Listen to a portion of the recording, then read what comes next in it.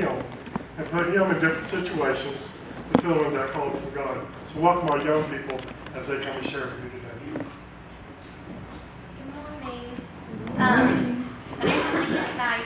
I've been coming to this church since I was born, pretty much. Some of y'all know me, some of y'all might not, but I do. First of all, I was just going to talk about a song that I've known for a while. It's a country song, and it's called Somebody's Hero.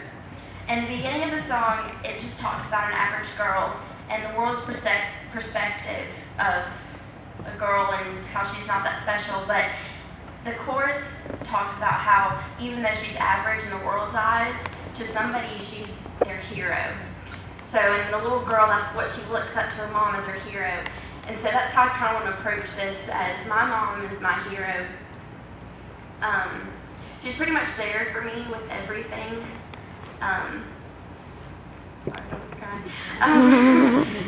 Like whenever I'm angry, I can always come to her and I can yell and scream and shout, and she'll just sit there and listen, and she won't say anything. And then once I get it all out, she'll be like, okay, now let's talk about this rationally, and then I'll figure out how to handle it. And then also I go to a really difficult school, and sometimes I get bad grades, and I don't feel good with bad grades, so I'll call and I'll be like, oh my gosh, what am I going to do? And then she'll say, it's okay. And the best thing that she can say to me is, I'm proud of you. I'm so proud of you, and you're doing everything that you can. And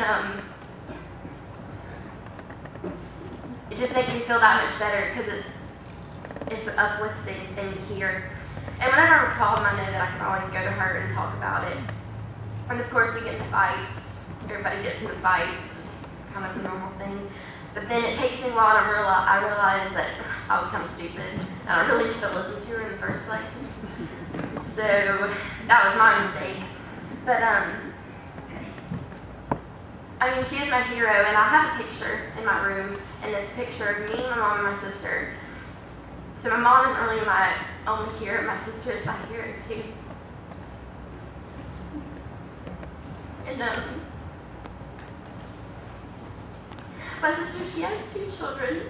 One of them died, but she has a new baby. She's 2. She just left. She was I'll be right back. But my sister's my hero too. She's 13 years older than me, so when I was born, I almost looked at her as like my second mom. So I kind of take credit for her motherly instincts now. But those 2 in my life, they're my hero. And it took me a while to realize, because I went through a time where I didn't really talk to my mom, and she was just like, why don't you ever talk to me anymore? And I realized that she's really important in my life, and without her, like, I wouldn't be where I was today. And I know some of y'all have teenagers, and if not, y'all will, or have had them. And we go through a time where, like, we don't talk to y'all, and it's not because we don't love y'all, it's just because we're not really smart. So it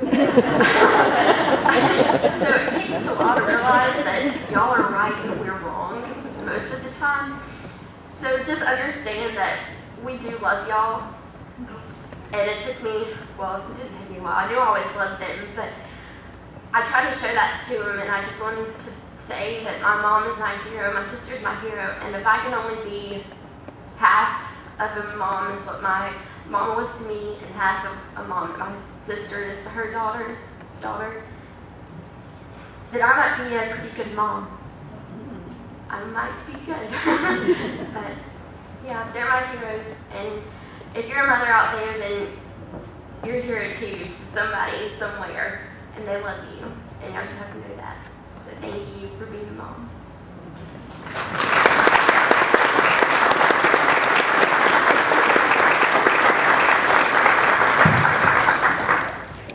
How's everybody doing this morning? Have you ever felt like you were a part of something greater than yourself, like a ball team or a church, a family? In the next scene that we're about to show, Michael Orr has showed that he can be a part of something greater than himself, a family, by Leanne Toy. And here's your clip.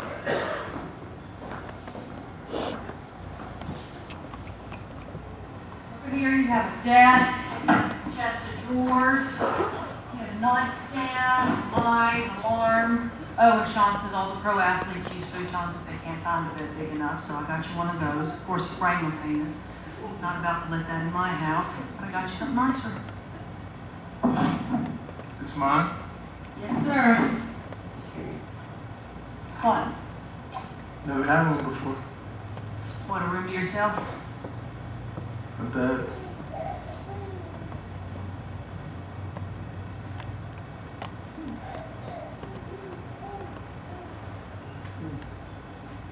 Well, you have one now.